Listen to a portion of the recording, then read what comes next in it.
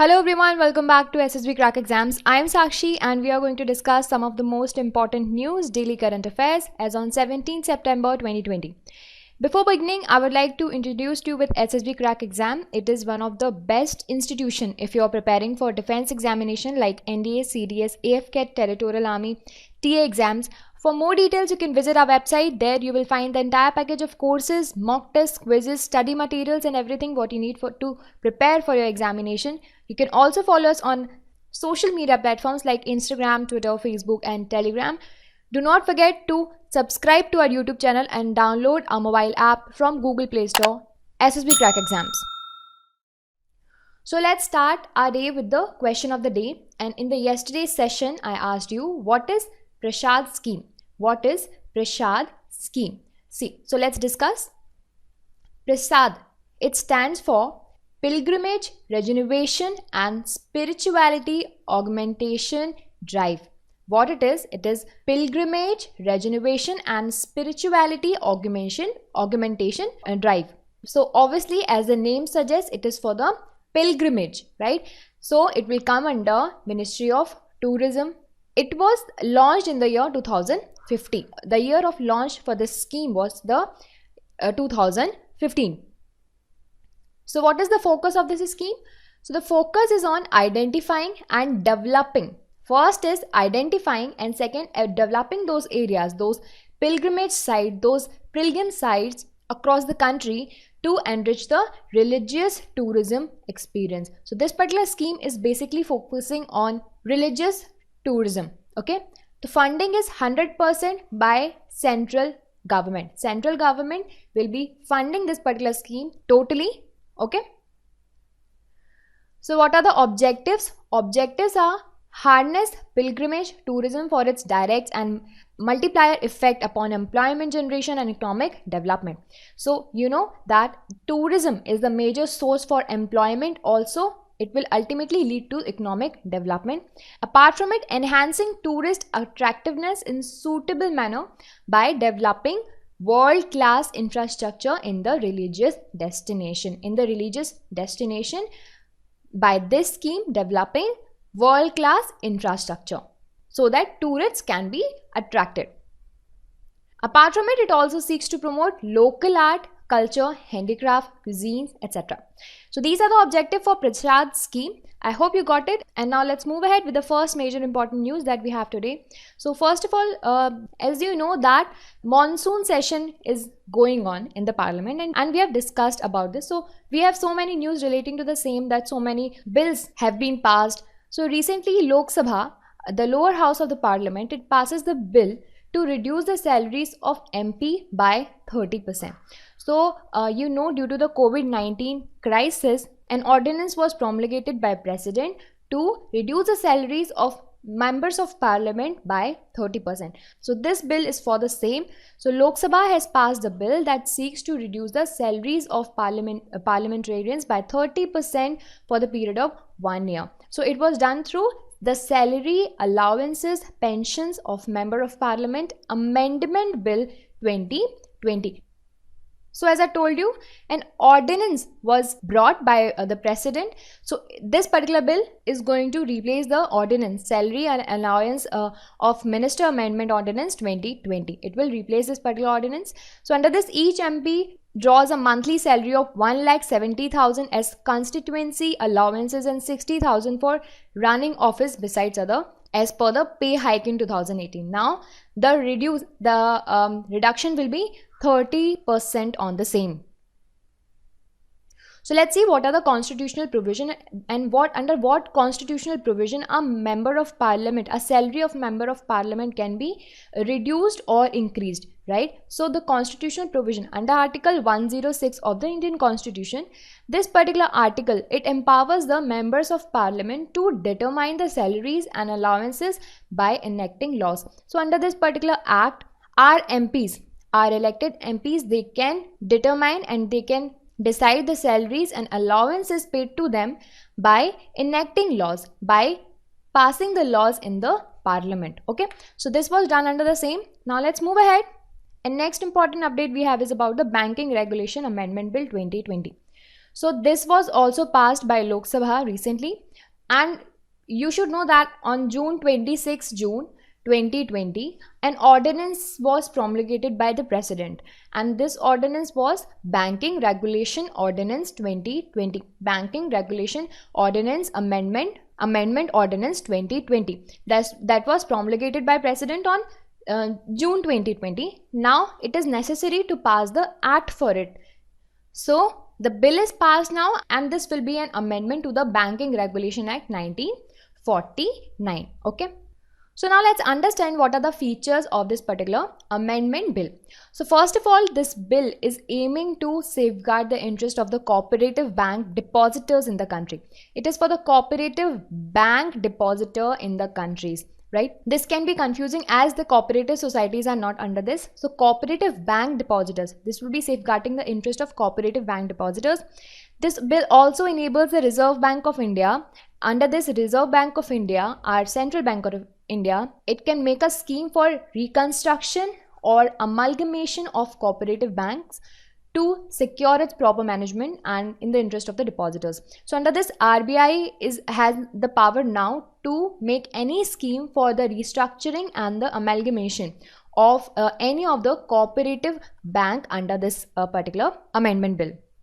And also a cooperative bank under this particular amendment, they will not be entitled to withdraw or reduce its share capital unless specified by RBI, which means after the approval by RBI only, a cooperative bank will be entitled to withdraw or reduce its share of the capital. Okay.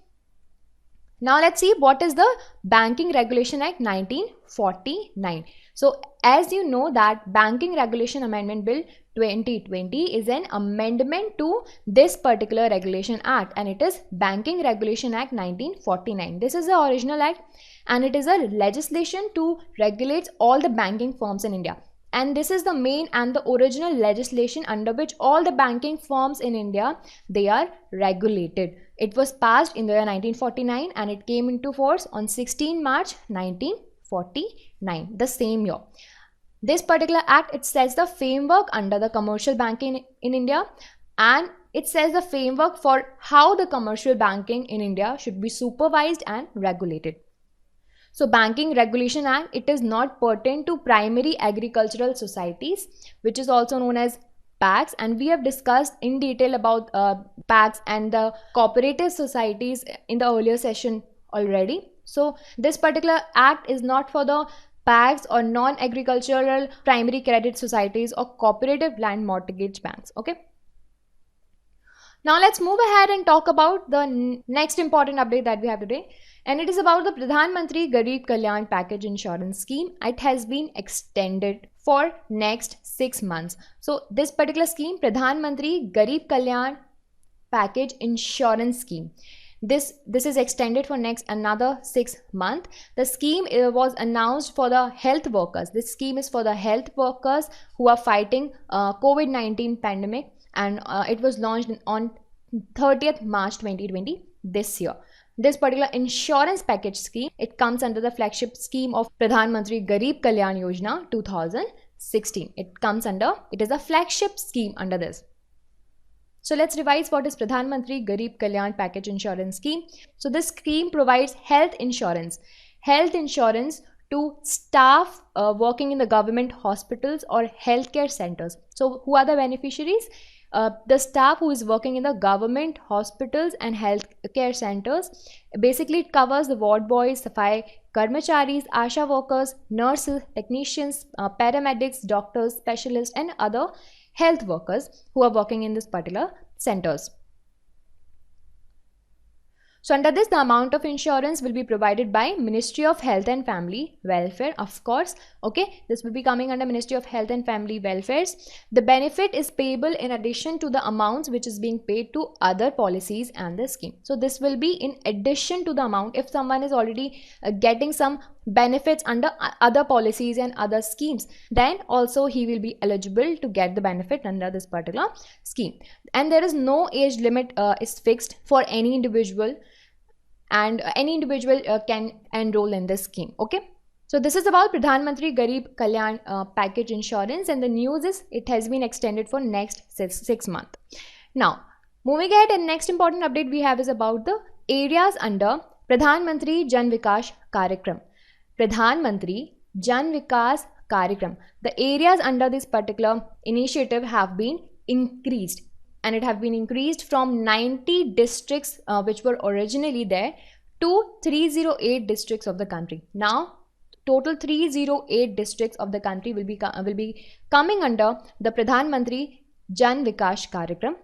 It is now being implemented in 1300 identified minority concentration areas now.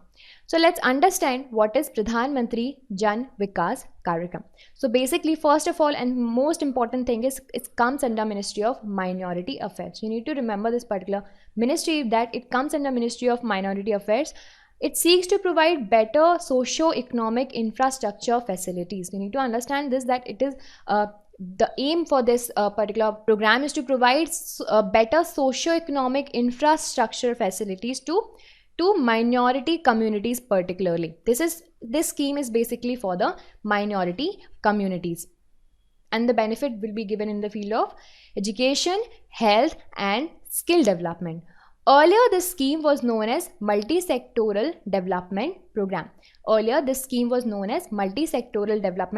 And Multi-Sectoral Development Program was launched in the year 2008 and 2009, and later on this name was changed to Pradhan Mantri Jan Vikas Karyakram. Now, this particular program aims to lessen the gap between the national average and minority communities with regards to the backwardness parameters. This program aimed to reduce the backwardness parameters for the minority communities. So at present, you should know that there are 6 communities, namely minority communities, and these are Muslims, Sikhs, Christians, Buddhists, Zoroastrians, who are also known as Parsis, and Jains. They are identified and notified as minorities communities under Section 2C of National Commission for Minorities Act 1992. Do please remember these particular acts, okay? And these are always there in the form of statements in your NDA, CDS examinations. So you need to remember these things, that like they can ask you that under National Commission for Minorities Act 1992, how many communities are there? So, communities are there. So you need to answer this question. So please do remember there are 6 communities, namely Muslims, Sikhs, Christians, Buddhists, Zoroastrians and Jain. Now I'll be telling you the current COVID-19 situation in India, guys. So total cases are now 50,20,359.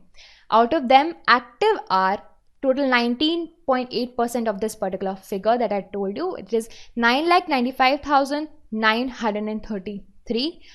Recovered are 78.5%, which is 39,42,360, and deaths are 1.6%, 82,066. Now in this chart you can see the active cases distribution.